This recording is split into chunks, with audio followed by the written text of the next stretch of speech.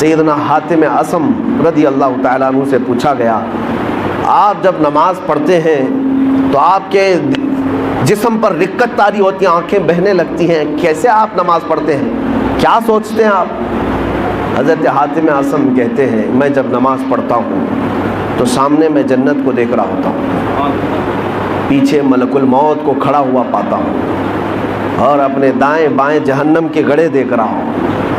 اگر میں آگے کی طرف نہیں بڑھا ملک الموت تو ابھی میری گردن دبوچنے والا ہے، یا تو دائیں گروں گا یا بائیں گروں گا، اور دونوں طرف جہنم کے گڑھے ہیں۔ اس لیے مجھے خوف ہوتا ہے، ڈر ہوتا ہے کہ کسی نہ کسی طرح اس راستے سے میں نکل کر جنت تک پہنچ جاؤں۔ میرے عزیزوں، ہم تو نمازیں پڑھتے ہیں، ہمیں احساس بھی نہیں ہوتا، بہت سارے لوگ حساب کتاب کرتے رہ جاتے ہیں نمازوں میں۔ ملک الموت ہر دن ہر گھر پر آ کر ایک بار ضرور جاتے ہیں، آج بھی ہمارے گھر آئے ہوں گے، یا جہاں ہم ہوتے ہیں ہم کو دیکھ کر کے جاتے ہیں، اور جس کی موت آنے والی ہوتی ہے اسے اس دن 3 مرتبہ وہ دیکھ کر جاتے ہیں۔ برابر وقت پر اس کی روح قبض کرنی ہوتی ہے، اور وہ 1 منٹ نہ آگے نہ پیچھے کرتے ہیں۔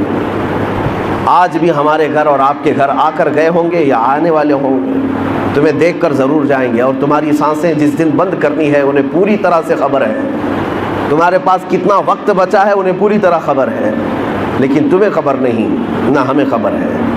اب یہ شعبان کا مہینہ آ رہا ہے، حضور پاک صلی اللہ تعالیٰ علیہ وسلم ارشاد فرماتے ہیں اس میں ایک رات ہے 15ویں شب، اگلا مہینہ جو آئے گا ابھی شعبان کا، حضور فرماتے ہیں رب تبارک و تعالیٰ 15ویں شب کو سارے لوگوں کے سال بھر ہونے والے معاملات فرشتوں میں تقسیم کر رہا ہوتا ہے، ان کا رزق تقسیم کیا جا رہا ہوتا ہے کہ سال بھر اب ان کو اتنا رزق ملے گا، اتنے معاملات ہوں گے، یہاں تک کہ کئی لوگوں کی موت کا بھی اعلان ہو چکا ہوگا، لیکن حضور فرماتے ہیں انہیں خبر بھی نہیں ہوگی، وہ اپنے شادی کا پلان کر رہے ہوں گے، وہ اپنے گھر بنانے کے چکر میں مصروف ہوں گے، جبکہ ان کو 15ویں شعبان کا اعلان ہو چکا ہے کہ ان کی موت اس سال آنے والی ہے۔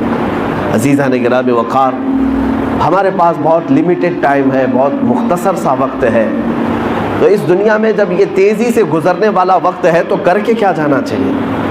ظاہر سی بات ہے جب چھوٹا سا وقت ہے تو کچھ تو کریں۔ آپ سے اگر میں کہوں ملک الموت تمہارے سرانے پر آ کر کھڑا ہے اور کہتا ہے 2 منٹ ہے تیرے پاس، کیا کرنا چاہتا ہے؟ تم کیا کرنا چاہو گے؟ 2 رکعت پڑھنا چاہو گے، 1 رکوع قرآن کا پڑھنا چاہو گے، یا تسبیح لے کر سبحان اللہ پڑھ لیں، یا لا الہ الا اللہ پڑھ لیں، یا دعا کر لیں، توبہ کر لیں، استغفار کر لیں، بڑی بڑی چیزیں، یا خیرات کریں، صدقہ کریں، کیا کریں؟ 2 منٹ کا ٹائم ہے۔ بلکہ بزرگوں نے فرمایا اگر کسی کو یہ کہہ بھی دیا جائے کہ تیرے پاس 2 منٹ کا ٹائم ہے تو کیا کرنا چاہے کر لے، بعض بزرگوں نے لکھا ہے کہ وہ انہی معاملات کو سوچتا رہ جائے گا، 2 منٹ گزر بھی جائیں گے، کر بھی نہیں سکے گا، کیا کرے وہ پتہ بھی نہیں چل سکتا۔ لیکن میں آپ کو بتاتا ہوں ابھی تمہارے پاس وقت ہے، صحیح سلامت آپ بیٹھے ہوئے ہیں، آپ کی سانسیں چل رہی ہیں، آپ کے ہاتھ پیر سلامت ہیں۔ اب ہم میں سے کسی کو پتہ نہیں اب باقی وقت کتنا ہے، تو کون سی تسبیح پڑھو گے، کون سا ذکر کرو گے، کتنی تلاوت اور کتنی عبادت کرو گے؟ میں آپ کو ایک نسخہ دے جاتا ہوں، وہ سب سے بہترین چیز ہے، سب سے بہترین چیز ہے۔ فرمایا گیا کہ اگر تمہیں کوئی چیز مختصر سے وقت میں کر کے جانا ہے تو وہ رسول پاک کو راضی کر کے جانا۔ ایک بار حضور پاک صلی اللہ تعالیٰ علیہ وسلم سے محبت کے ساتھ یہ عرض کرنا کہ آقا میں تمہارا ہوں، آپ میری طرف نظر کرم فرما دیں۔ اگر وہ رسول راضی ہو گئے تو تمہارے ہر وقت کے لیے وہ اللہ کی بارگاہ میں سفارش کریں گے۔ باقی ہماری تسبیح جاتی ہے کہ نہیں جاتی یہ بھی ہمیں معلوم نہیں، کر تو لیا عبادت لیکن قبول ہوتی ہے نہیں ہوتی یہ بھی نہیں معلوم، لیکن اگر اللہ کا نبی راضی ہو گیا تو ہمارے سفارش کے لیے وہ کافی ہو جائے۔ میں آپ کو بتاؤں ایک نوجوان کی زندگی، مدینہ طیبہ میں یہودی لڑکا تھا، ماں باپ دونوں یہودی ہیں، بیٹا 22 سال کا ایک بار مسجد نبوی کے پاس سے گزر رہا تھا، رسول پاک صلی اللہ تعالیٰ علیہ وسلم صحابہ کے درمیان بیٹھے تدریس فرما رہے تھے، انہیں تعلیم دے رہے تھے، اور یہ مسجد نبوی کے دروازے کے باہر سے گزرتے گزرتے ایک بار اس کی نظر حضور پر پڑ گئی۔ نبی پاک صلی اللہ تعالیٰ علیہ وسلم کو دیکھتا کھڑا رہ گیا، اور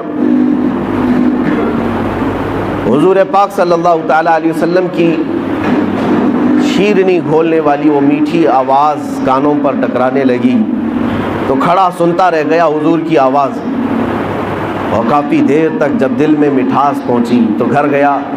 ظاہر سی بات ہے حضور کا وہ حسین چہرہ کوئی ایک بار دیکھتا تو ہی فدا ہو جاتا تھا۔ یہودی اپنے ماں باپ سے کہہ نہیں سکتا تھا، گھر گیا اور اس کے بعد بے چینی بڑھتی رہی۔ دوسرے دن آیا، پھر مسجد نبوی کے دروازے کے باہر کھڑا ہو کر حضور کو سنتا تھا اور دیکھتا تھا، بس اتنا کام تھا۔ چند دنوں کے بعد کسی نے دیکھ کر کے اس کے ماں باپ کو خبر کر دی کہ تمہارا بیٹا تو محمد کے پاس جاتا ہے صلی اللہ علیہ وسلم، تمہارا بیٹا، تم تو یہودی ہو لیکن تمہارا بیٹا محمد صلی اللہ تعالیٰ علیہ وسلم کو دیکھنے جاتا ہے، ان کی تقریر سننے جاتا ہے۔ تو باپ کو بڑا غصہ آیا اور اس نے پوچھا کیا تو محمد کے پاس جاتا ہے، مسجد نبوی کے پاس جاتا ہے؟ بیٹے نے کہا ہاں، ان کی باتیں مجھے اچھی لگتی ہیں، ان کا چہرہ مجھے بڑا اچھا لگتا ہے۔ لیکن باپ نے سختی کیا کہ آئندہ اگر تو جائے گا تو میں تیرے ساتھ سخت سزا کا معاملہ کروں گا، لیکن یہ محبت ہوتی ایسی ہے، اور وہ بھی میرے مصطفیٰ سے ہوئی۔ اس زمانے کے ہم نے واقعات دیکھے ہیں، ساری دنیا کو صحابہ نے چھوڑ دیا مگر چہرے رسول کو کبھی نہیں چھوڑا۔ اس نوجوان کے ساتھ بھی یہی ہوا، 2 دن گھر میں رہا، تیسرے دن پھر نکل کر کے آیا، مسجد نبوی کے باہر کھڑا حضور کو دیکھتا رہا۔ باپ آیا ڈھونڈتے ہوئے، دیکھا جب حضور کو یہ چھپ کر کے دیکھ رہا ہے، وہیں سے پکڑ کر لے گیا اور اپنے گھر پر لے جا کر زنجیریں باندھ کر قید کر دیا، قید کر کے رکھا، مارا توڑا اور کہا کہ آج کے بعد سے گھر سے باہر نہیں جا سکتا۔ اب گھر کے اندر قید تھا، چند دنوں کے بعد بیمار ہو گیا۔ ظاہر سی بات ہے کسی محبوب کو اس کے محب سے یا کسی محب کو اس کے محبوب سے جدا کر دیا جائے، یہ بیماری بہت بڑی ہو جاتی ہے۔ وہ تڑپتا رہ گیا اور بیمار ہو گیا، کمزوری آ گئی۔ باپ نے زنجیریں کھول دیں لیکن گھر سے باہر نکلنے نہیں دیا جاتا تھا، گھر کے اندر ہی قید رہتا۔ پھر یہ بیماری اتنی بڑی جس کو فاضل بریلوی نے کیا کہا ہے، جان ہے عشق مصطفیٰ روز فزوں کرے خدا، جس کو ہو درد کا مزہ ناز دوا اٹھائے کیوں۔ یہ ایک درد ایسا ہے محبت کا کہ اس میں روز درد اور بڑھتا رہے، اس محب کو اور مزہ بھی آتا رہے۔ ایک دن ایسا آیا کہ اس کی بیماری اتنی بڑھ گئی کہ وہ بستر سے اٹھ بھی نہیں سکتا تھا، چل پھر نہیں سکتا تھا۔ حکیموں سے علاج کرایا گیا، طبیبوں سے علاج کرایا گیا، علاج کرتے کرتے مہینے گزر گئے لیکن اس کی بیماری بڑھتی گئی۔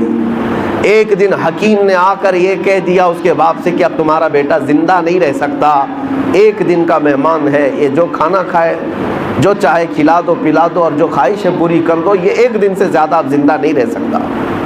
جوان لڑکا ہے 22 سال کا، موت کے کنویں میں جا رہا ہے، ماں باپ کے دل پر کیا بیتتی ہوگی، رونا دھونا بھی تھا، لیکن بیٹے کی محبت غالب آ گئی۔ بیٹے سے پوچھا بیٹا ہم نے تیرے ساتھ اگر ناانصافی کی ہے تو معاف کر دے، اگر تیری کوئی آخری خواہش ہے، کچھ کھانا پینا چاہتا ہے تو ہمیں بتا دے، ہم تیرے لیے حاضر کر دیں گے۔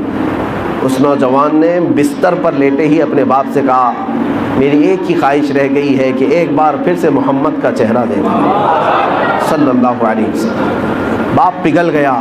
ماں نے بھی کہا لڑکے کی کہ جاؤ، اگر وہ دیکھنا چاہتا ہے تو جا کر ان سے کہہ دو محمد صلی اللہ علیہ وسلم سے کہ وہ ہمارے بیٹے کو ایک بار ملاقات کر لیں۔ تھے تو یہودی، کٹر یہودی، حضور کو بالکل برداشت نہیں کرتے، وہ دشمنی میں تلے رہتے، لیکن آیا وہ یہودی اور محمد صلی اللہ علیہ وسلم کی بارگاہ میں جب حضور صحابہ کے ساتھ بیٹھے ہوئے تھے، یہ فجر کے بعد کا وقت تھا، آیا، آ کر کے وہ روتے ہوئے کہنے لگا میرا ایک بیٹا آپ کی محبت میں دنیا سے جا رہا ہے، ایسا مریض ہو گیا کہ اس کا اب موت کا وقت قریب آ گیا، وہ ایک بار آپ کو دیکھنا چاہتا ہے۔